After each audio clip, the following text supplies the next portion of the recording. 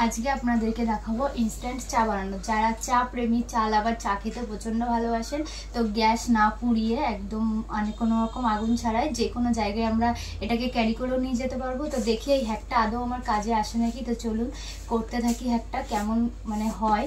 যদি আমার হ্যাকটা কাজে লাগে তাহলে অবশ্যই আপনারাও বাড়িতে ট্রাই করবেন। তো আমি এখানে চা নিয়ে নিয়েছি। তো আমি এই ছোট একটা কাপের মধ্যে 1 কাপ মতো চা নেবো।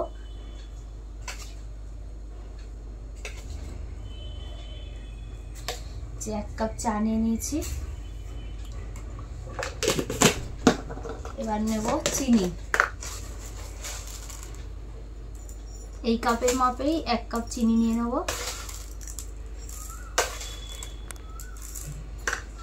1 কাপ চিনি, 1 কাপ হয়নি, একটু লাগবে।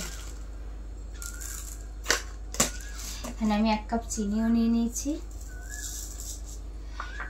এইবার দিয়ে দেবো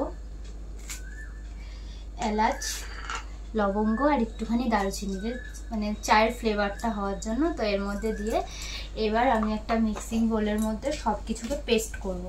তো এর মধ্যে ঢেলে দেবো এটাকে। এবার এটাকে পেস্ট করে নেব। পুরোটা কিন্তু পেস্ট হয়ে গেছে। তো এবার এটাকে একটা ছাঁকনির সাহায্যে ছেঁকে নেব।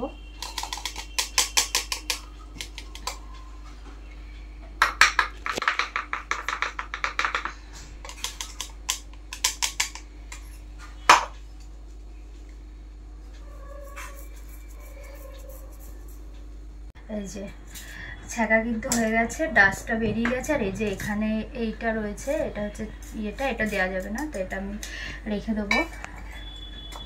এইবার এর মধ্যে এই কাপেরই 1 কাপ আমুল দুধ মিশিয়ে নেব।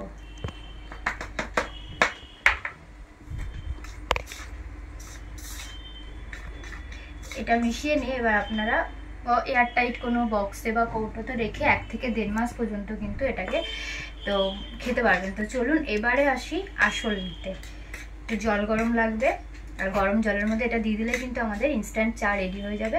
আর এরকমভাবে কিন্তু আমরা গ্যাস ছাড়াই, মানে ফ্লাক্সে গরম জল থাকলেই কিন্তু আমাদের চা হয়ে যাবে। তো চলুন খেয়ে আপনাদেরকে দেখাচ্ছি যে আদৌ কত সুন্দর চা হয়েছে, ভালো হয়েছে না খারাপ হয়েছে। তবে গরম জলটা পড়ি। তো আমি এখানে একটু গরম জল নিয়ে চলে এসেছি। তো এবার এই বক্স থেকে খুলে 1 চামচ দিয়ে দেখব চাটা কেমন হয়।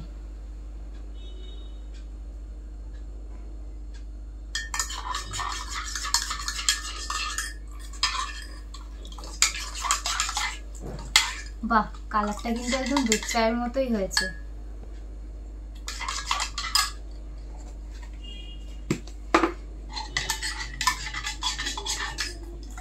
হচ্ছে খাওয়ার কলা।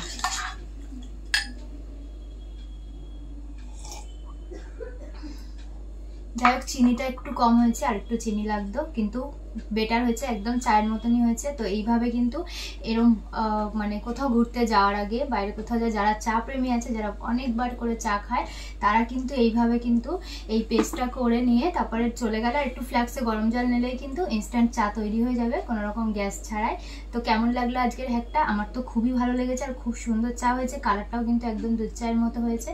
তো আপনাদের যদি ভালো লাগে অবশ্যই বাড়িতে ট্রাই করবেন। আর কেমন লাগলো অবশ্যই আমাকে কমেন্ট করে জানাবেন। ভালো লাগলে লাইক, কমেন্ট, শেয়ার। টাটা।